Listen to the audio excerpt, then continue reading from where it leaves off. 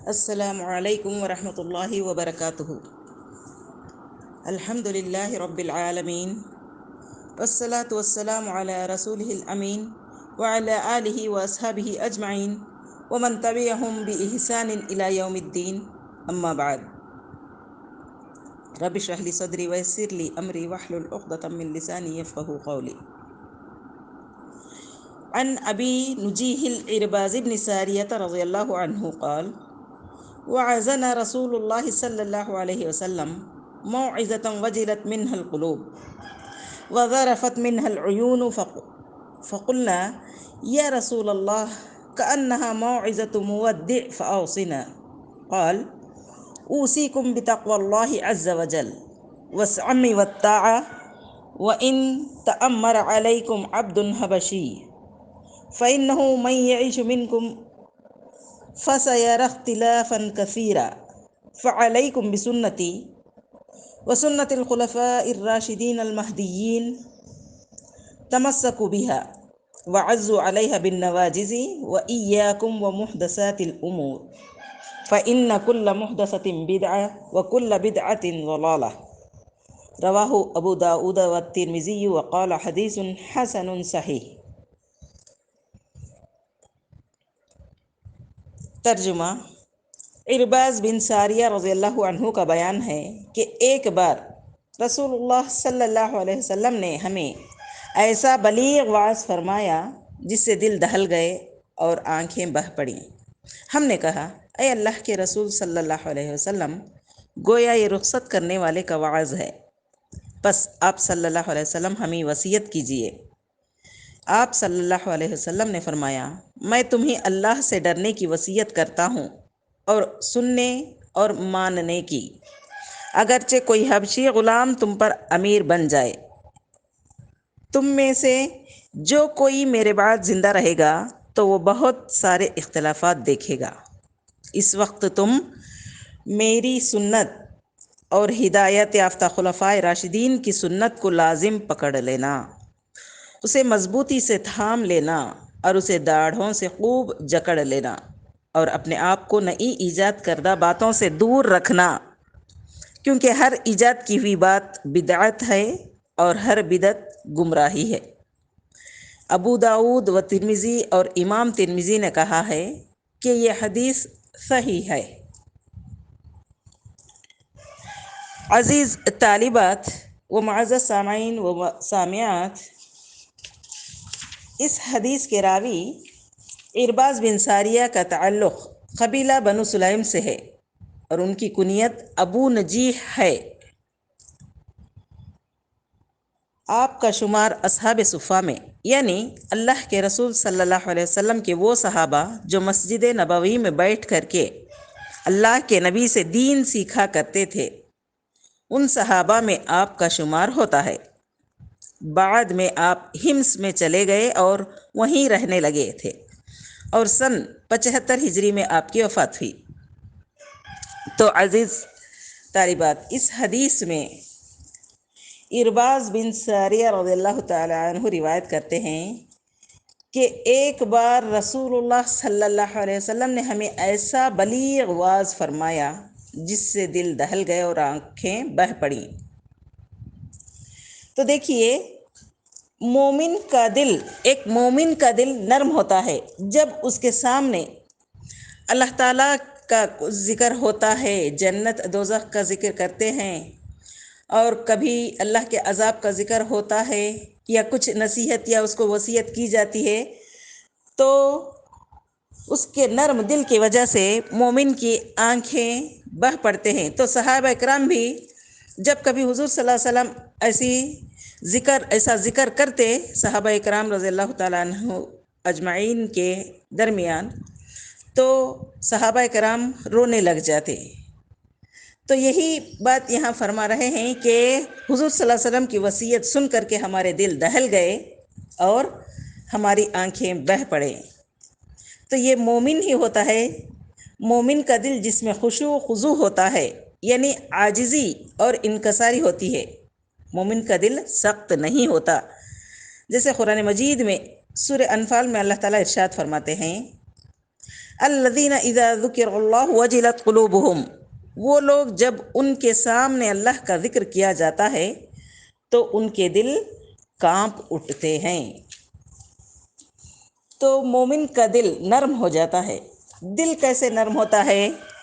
دیکھیے، قرآن کی تلاوت کی جائے، مرنے والوں کو دیکھا جائے، ہسپتال کا دورہ کیا جائے اور مریضوں کو بیماری میں تڑپتے دیکھ کر کے دل نرم ہو جاتا ہے۔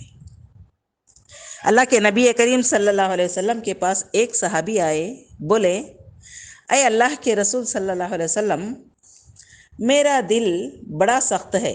اللہ کے نبی کریم صلی اللہ علیہ وسلم نے فرمایا کہ کیا میں تم کو ایسا علاج بتاؤں کہ تمہارا دل بھی نرم ہو جائے اور تمہاری ضرورتیں بھی پوری ہو جائے؟ صحابی نے کہا، ٹھیک ہے، بتائیے۔ آپ صلی اللہ علیہ وسلم نے فرمایا، یتیم کے سر پر ہاتھ پھیرو اور اس کو اپنے ساتھ بٹھا کر کھلاؤ، اس سے دل نرم ہوتا ہے۔ تو یہاں صحابی کہتے ہیں کہ رسول صلی اللہ علیہ وسلم نے ہمیں ایسا بلیغ واعظ فرمایا کہ ہمارے دل دہل گئے اور ہماری آنکھیں بہہ پڑیں۔ آپ کی نصیحت میں اتنی تاثیر تھی۔ تو آج بھی اگر کوئی انسان دل سے کوئی بات کہتا ہے تو دل کو لگ جاتی ہے، دل سے دل کو راہ ہوتی ہے۔ جو بات دل سے نکلتی ہے سیدھا دل تک جاتی ہے، جیسا کہ کسی شاعر نے کیا خوب کہا ہے، دل سے نکلی ہوئی بات دل پہ اثر کرتی ہے، دل سے نکلی ہوئی بات دل پہ اثر کرتی ہے، پر نہیں طاقت پرواز مگر رکھتی ہے۔ تو جب صحابہ نے کہا کہ اے اللہ کے رسول صلی اللہ علیہ وسلم، یہ ہم آپ صلی اللہ علیہ وسلم نے ہمیں وصیت کیجیے، اے اللہ کے رسول صلی اللہ علیہ وسلم، گویا یہ رخصت کرنے کا واز ہے، بس آپ ہمیں وصیت کیجیے۔ تو آپ صلی اللہ علیہ وسلم نے فرمایا، اس حدیث میں 4 باتوں کا ذکر کیا ہے۔ نمبر 1، اللہ سے ڈرنا یعنی تقوی۔ نمبر 2، بات سننا اور ماننا۔ نمبر 3، سنت کو مضبوطی سے تھامنا۔ نمبر 4، بدعتوں سے دور رہنا۔ نبی کریم صلی اللہ علیہ وسلم اپنے صحابہ کو واعظ کیا کرتے تھے، لیکن روزانہ نہیں بلکہ ناغہ کے ساتھ، یعنی روز روز کی نصیحت سے اکتاہٹ ہوتی ہے۔ تو اسی لیے نبی کریم صلی اللہ علیہ وسلم نے ناغہ یعنی الٹرنیٹو چھوڑ ایسا جو ہے کچھ وقفہ دے کر کے کچھ دن ٹھہر کر کے اس کے بعد پھر نصیحت کرتے تھے۔ تو اس میں سب سے پہلے نبی کریم صلی اللہ علیہ وسلم نے تقوی کی وصیت کی ہے۔ تو آئیے دیکھتے ہیں تقوی کا معنی کیا ہے۔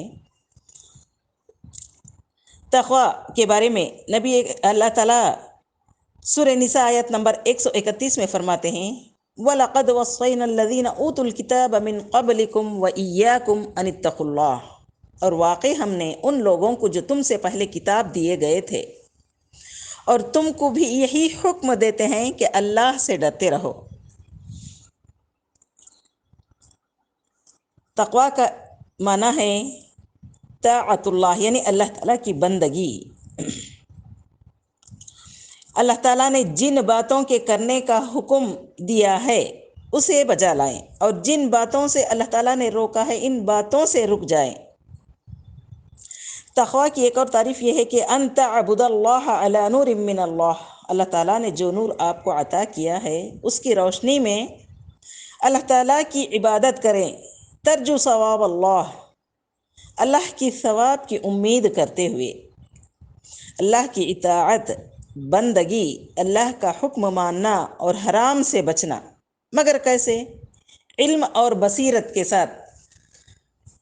ایسا نہیں کہ کوئی بھی جو ہے جو بھی بات کہے مان لے، ایسا نہیں ہے، بلکہ شریعت کی حد میں رہ کر علم اور بصیرت کے ساتھ اس بات کو ماننا ہے اور اس پر عمل کرنا ہے، اور گناہ سے بچنا ہے، چاہے چھوٹا ہو چاہے بڑا ہو۔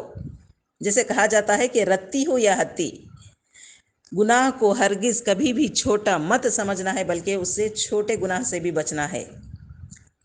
اور کہا جاتا ہے کہ تقوی یہ ہے کہ ہم کانٹے دار جھاڑیوں میں سے جب گزرتے ہیں تو کیسے کانٹوں سے بچتے ہوئے چلتے ہیں کہ کہیں اپنا دامن کانٹوں میں نہ الجھ جائے، تو ایسے ہی گناہوں سے بچتے ہوئے ہم کو اپنے آپ کو زندگی بسر کرنا ہے، یہی تقویٰ ہے۔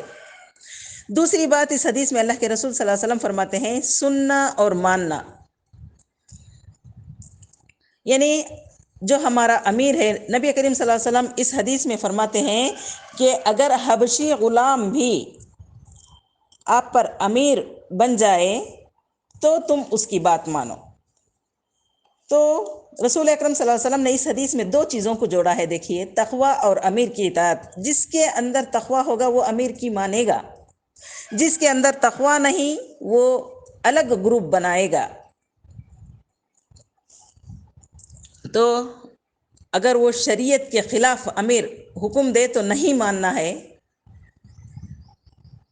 ایسا نہیں کہ کوئی بھی بات مان لو، نہیں، بلکہ شریعت کے خلاف حکم دے تو نہیں ماننا ہے۔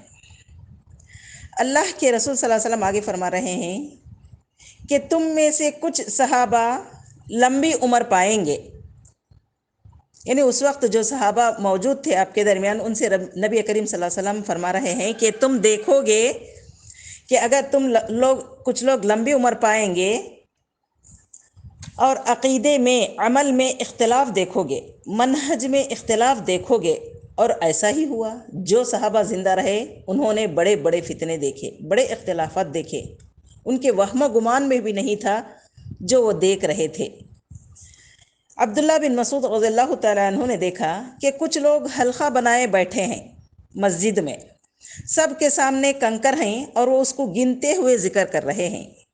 عبداللہ بن مسعود رضی اللہ تعالیٰ عنہ یہ دیکھ کر پریشان ہوئے، کہا کہ اللہ کے رسول صلی اللہ علیہ وسلم کے برتن ابھی ٹوٹے نہیں، کپڑے ابھی پرانے نہیں ہوئے، تم لوگوں نے کیسی کیسی بدعتیں ایجاد کر لی ہیں۔ تو صحابہ کرام نے بہت سے ایسے اختلاف دیکھے۔ اللہ کے رسول صلی اللہ علیہ وسلم اس اختلاف سے بچنے کا راستہ بتلایا کہ کیسے بچیں۔ اللہ کے نبی کریم صلی اللہ علیہ وسلم نے بتایا کہ میری سنت کے مطابق چلو۔ سنت سے کیا مراد ہے؟ سنت کہتے ہیں اللہ کے رسول صلی اللہ علیہ وسلم کا وہ طریقہ جو اللہ کے نبی کریم صلی اللہ علیہ وسلم نے صحابہ کو بتلایا۔ تو چاہیے کہ انسان کو کوئی بھی دین میں